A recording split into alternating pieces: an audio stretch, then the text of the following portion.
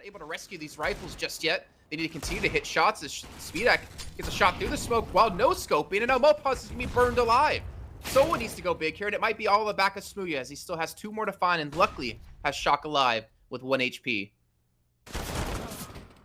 Oh, that's not good, though. He had the bomb. And as you said, very low shots, as low as can be. Still manages to land the shot with the deagle. And actually, Speedak, is he going to be using that AWP? Obviously, still having a pistol to his name, and Shock's almost certain that he's going to be peeking from the other angle. I think he's just spotted him, or at least he's been spotted. Speedak seemingly know it, but he lands the dig! The Estonian with a ridiculous kill. But you've thrown money down the drain. If you win this round, you've thrown money down the drain that you really didn't need to. And timing going to be everything. Lambert on a bit of a flank by himself. It has been red. Minio misses the initial few shots. Flash comes in, turns away from it. Lambert's kind of closing the gap, creating pressure. Minio has to win this fight by himself, and he doesn't. Because Miles is like, yo, I'm holding the bomb. I'm holding the other side of this exchange. You have to win. I am trusting you to win. Now he's left in a very unfavorable position, but he's in the position to take them both down. Unfavorable in terms of the numbers, but apparently in terms of where he is stood, it works very well. 10 to 10, and indeed a match pause. That round, way more costly than Nuke. And we will see whether it pays off here. Bit of an execute, immediately going for it. Again, there's just little things, you know. Haji throws the smoke in. His teammates not even lined it up yet. They just go down Pop Dog. It's cool from Kai, but they're the easiest 3 kills that he's had all game. I can guarantee you that. Maybe the third one is a little bit of a challenge. Those in Pop Dog, not hard at all. That one nice and simple. 4K out of nowhere. Probably just going to be AKs unless they get a bomb plant somehow. You have that same opportunity for a potential like 5-0 start, and there's not really much that the players on the other side can do about it. This is ridiculous. Sure, it's only against Glocks, but Oscar just walking around with a deagle. He saved all his cash. Josh Forster knows the one way oh too well. Beaky's got a tough job here clearing this. He overclears it. As Lackey picks the first kill. Swing coming through. He's good for a second before being shredded out by Quicks. The rotation will come through. It's now a 1 versus 3. Alien needs going absolutely massive here. Could stop the bomb plant as well.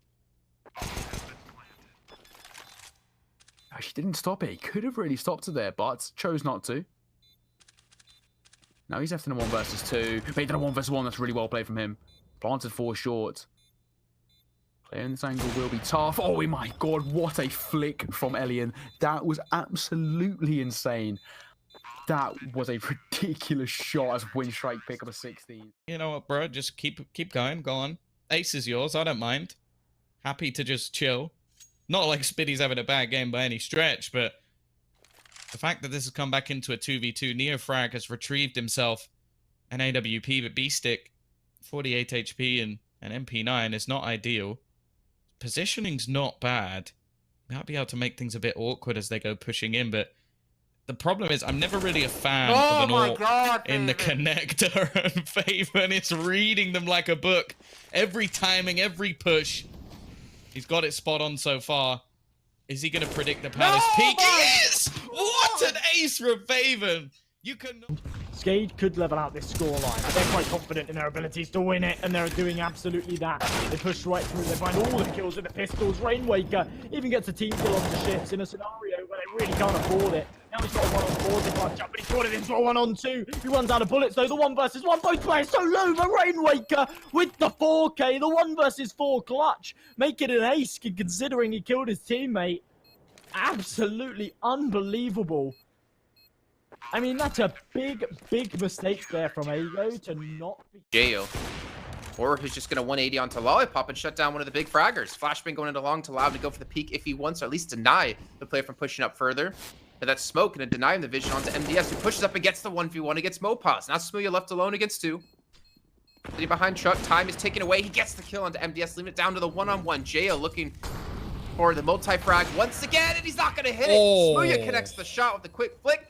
And Movistar finally get back on the board with a round. Beautiful. Do you even notice? This side of Hadley on their retake here.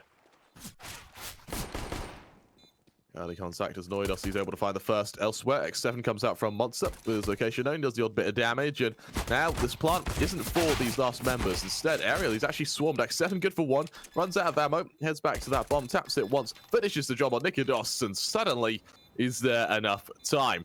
He looks to slowly tap down that bomb, trying his best. I think there is just a grimace of... Absolutely thriving right now. Utility on every man. Snatchy with that sniper. Everybody else with AKs, and they've got some money to fall back on too. But to be honest, that doesn't really make a lot of difference. They're not going to lose to the ego, and then going into the next round, it's going to be the final of the half. Denny hasn't been able to snatch away one with that USP. It means that Ships can retrieve that AK. Maybe try and do a little bit of further damage with it, but still a fairly successful round from Ago. And with that nade coming in, they know exactly where Ships is. And he should be dead to rights in this situation. Molotov deployed. And oh, he actually snatches away one more. So a pretty successful round there from Skade. They've met that benchmark of 2.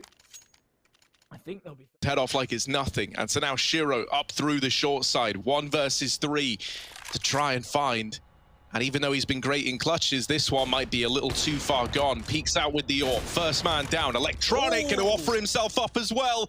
And now just Flamey, they know where he is. Shiro, caught with the knife in hand, but still alive, still a threat. And looking to add another clutch to the tally. It's up towards the A-bomb site. So little time. But he will have enough to get that bomb down, perhaps, as he rotates on in. It's going to be close. He's there with a second left on the clock. Bomb now planted, and Flamey throwing into the 1v1 versus the clutch king of Gambit. What a call, man. You could see the team call it like, oh, that's not the monster player that killed me. There's one more, and he doubles back. He even considers just staying for the fight, but after getting tagged, Shiro has escaped, and he could be anywhere. Flamey knows it. Speed is his prerogative as he moves in quickly through the toilets. All the noise for Shiro in the world, and he posts up for the clutch. Those mid-fights actually has a longer range on it than the USP with 1 taps. And so now... this B play moving in. Shiro well light up with the first, but immediately traded by that Simple P250. And Inters is caught out as well. Simple in with the third. Nafany dropped from the round, leaves it all on Hobbit. Now, is Hobbit able to pull his Shiro out of this one? I don't know. I don't think so. Not with so many players in position. He does deal with Simple, but up in heaven with the crossfire setup between him and Electronic, this should be the done deal. Hobbit has seen the man in heaven. Time is starting to become the problem. Taps out Electronic. The bomb planted out in the open, and Hobbit's just sticking it. Surely don't get away with the full 10-second stick. Perfecto. It's not clean. You know, no one's like, yeah, that was... Loud, very loud. This could be punishing. Yakinda's watching, being baited in. And the steps are enough to lull Device into that grey screen walk. Boosting now. Is Yakinda surely going to get caught off guard by that if he was to turn the corner? He does tuck in. He's playing a conservative game here. James gone back to B. Yakinda's the only one here. Oh my lord, he needs at least a double.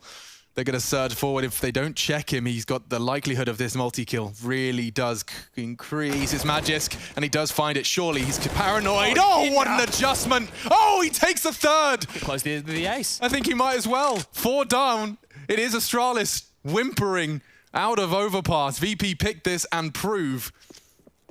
Bit of a gap. Sclave digs himself out of trouble. Stops the ace. And Zipex, who has a flash primed and ready to go. No info right now for Astralis. Oh, that's such a good shot. He's done it before, and he does it again. A second chance as well. Device misses his. Yakinda's opened up long and opened up a bit of a pivot from VP. Device and Magisk on site. And Hit smoke. Yeah, he's going to be able to wrap around. Oh, the molly, it's so perfect. Magisk has to be channeled into the side. Oh, Yakinda's done another straight away. Fills the feed, and there's still 5 hearts beating for VP. Back to B. Come on now. They've got the time. Yakinda's got all the frags. Go. He's doing it all. He knows where they are. They're pinned, locked in with him. Oh, for come Yakinda. on. Give the man his 21st. Magisk denies, but the round is his, and it is... Now for Na'Vi, if they want to keep this game going, If they don't want their money to get broken up against 14, they need this round now more than ever. Flamey delivers the first, and now Inter's left up alone to try and get it over the line. Flamey knows how important this round is, but he's given it all away. The long peek, handing that kill to Inter's and giving him the 1v2, puts Gambit up to 14, breaks the money of Na'Vi. They're in a really rough spot now. And that could have been the deciding round in this game. And Gambit pinching every penny, even going back to CT to grab the orb that Shiro drops for the retake. And yeah, Flamey, there's not much you can do there, right? Inters plays it perfectly, tapping the bomb and going round wide. Flamey wasn't even facing hard. He wasn't even swinging the plant. He just gets caught by an aggressive post-plant CT. The fear for you there, if you're Flamey, is you never know if Inters is sticking that defuse. It's a risk, it's a gamble. And it's a game where one